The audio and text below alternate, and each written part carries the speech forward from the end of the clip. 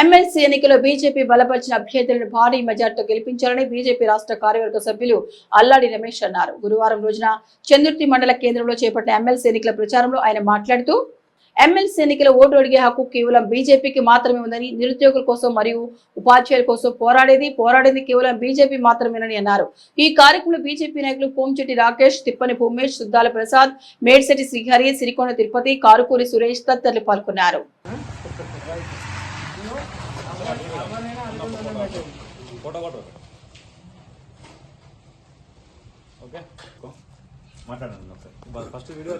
కరీంనగర్, ఆదిలాబాద్, నిజామాబాద్, మెదక్ 4 జిల్లాలకు సంబంధించినటువంటి MLC graduate దాంతోపాటు టీచర్స్ ఎమ్మెల్సీగా భారతీయ జనతా పార్టీ తరఫున మరి గ్రాడ్యుయేట్కు సి అంజిరెడ్డి గారు, అదేవిధంగా టీచర్స్ ఎమ్మెల్సీగా మరి మల్క కుమరయ్య గారు మరి ఈనాడు కాంటెస్ట్ చేస్తున్నటువంటి సందర్భంలో మరి ఈ నెల 27వ తేదీ నాడు జరగవలసినటువంటి మరి ఈ ఎమ్మెల్సీ ఎన్నికల్లో భారతీయ జనతా పార్టీ బలపరిచినటువంటి వీరిని మరి 1వ ప్రాధాన్యత ఓటేసి గెలిపించాల్సిందిగా మరి మనవి చేస్తూ ఇవాళ ఈ గ్రాడ్యుయేట్కి సంబంధించినటువంటి ఓట్లు అడిగేటువంటి అర్హత ఓన్లీ భారతీయ జనతా పార్టీకి ఉంది.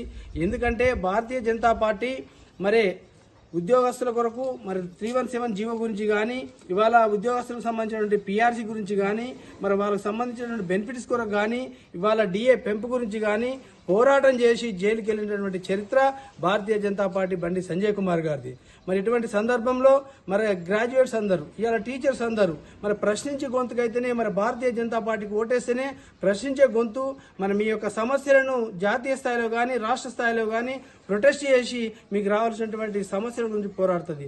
మరి ఆనాడు కల్లబొల్లి మాటలు చెప్పి అధికారంలోకి వచ్చి 14 మాసాలు అయినప్పటికీ కూడా ఇవాళటి వరకు కూడా మరి నిరుద్యోగ భృతి ఇవ్వనటువంటి కాంగ్రెస్ ప్రభుత్వానికి ఓటేద్దామా, మరి మన సమస్యల గురించి పోరాటం చేసి జైలుకి వెళ్ళినటువంటి భారతీయ జనతా పార్టీకి ఓటేద్దామా అని చెప్పి గ్రాడ్యుయేట్స్ కానీ మరి ఇవాళ టీచర్స్ కానీ ఆలోచించాల్సింది. మరి దయచేసి సోదరులారా, ప్రజలారా ఆలోచించండి.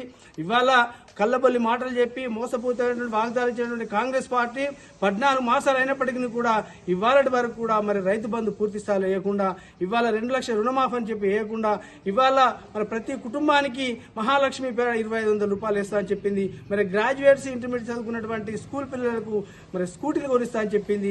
కళ్యాణ లక్ష్మికి ప్రతి ఒక్కరికి తులం బంగారం పెడతామని చెప్పింది. నిరుద్యోగ వృత్తి 4000 రూపాయలు ఇస్తా అన్నది. ఆసరా పెన్షన్ 4000 రూపాయలు ఇస్తామని చెప్పి మోసపూరిత వాగ్దానాలు చేసి ఇవాళ మళ్ళీ ఓట్లాడడానికి వస్తున్నటువంటి కాంగ్రెస్ పార్టీకి బుద్ధి చెప్పాల్సినటువంటి ఆవశ్యకత ఎంతైనా ఉంది. మరి ప్రశ్నించే గొంతు కావాలి కాబట్టి తప్పకుండా మరి భారతీయ జనతా పార్టీకి ఓటేస్తే మరి ఇక్కడ ఉన్నటువంటి తెలంగాణ ఉన్నటువంటి గ్రాడ్యుయేట్స్ కానీ 317 జీవో సవరణ కానీ, ఇవాళ మన నిరుద్యోగ వృత్తి కానీ, మన ప్రజల సమస్యలు 6 గ్యారంటీలు, ఇవన్నిటి సమస్యలు పరిష్కారం కావాలంటే ప్రశ్నించే గొంతుగా ఇవాళ మండలిలో అవసరం. కాబట్టి దయచేసి గ్రాడ్యుయేట్స్ మిత్రులు కానీ, అదేవిధంగా టీచర్ సోదరులు దయచేసి ప్రశ్నించే గొంతుకైనటువంటి భారతీయ జనతా పార్టీ బలపరిచినటువంటి మరి అంజిరెడ్డి గారికి గ్రాడ్యుయేట్ ఎమ్మెల్సీగా 1వ ప్రాధాన్యత ఓటు, అదేవిధంగా మల్క కుమరయ్య గారు టీచర్స్ ఎమ్మెల్సీగా 1వ ప్రాధాన్యత ఓటేసి మరి భారీ మెజార్టీతో గెలిపిస్తే మీ యొక్క సమస్యలను మరి అక్కడ మండలిలో ప్రశ్నించి మరి మీ అందరికి తెలుసు 14 మాసాల కాంగ్రెస్ పాలనలో ఇవాళ వరకు మరి రిటైర్డ్ అయినటువంటి ఉద్యోగస్తులు 10,000 మంది ఉన్నారు. కనీసం వాళ్ళు దాచుకున్నటువంటి పిఎఫ్, జీపీఎఫ్, గ్రాడ్యుయేట్ కూడా ఇవ్వలేనటువంటి ఈ ప్రభుత్వానికి తప్పకుండా ఈ గ్రాడ్యుయేట్స్ ఎమ్మెల్సీ యొక్క తగిన బుద్ధి చెప్పే విధంగా మీరు సహకరించాలని చెప్పి కోరుకుంటూ మరి ఈ కార్యక్రమం పాల్పంచుకున్నటువంటి మిత్రుడు పొన్షెట్టి రాకేష్ గారు, జిల్లా కౌన్సిల్ మెంబర్ గారు, అదేవిధంగా శ్రీహరి గారు, అదేవిధంగా సిరికొండ తిరుపతి గారు, వివిధ హోదాలో ఉన్నటువంటి భారతీయ జనతా పార్టీ కుటుంబ సభ్యులకు, మరి ఉద్యోగస్తులకు, అదేవిధంగా టీచర్స్కి, గ్రాడ్యుయేట్స్ అందరికీ కూడా మరొకసారి హృదయపూర్వక నమస్కారం తెలియజేసుకుంటూ సెలవు తీసుకున్నాను.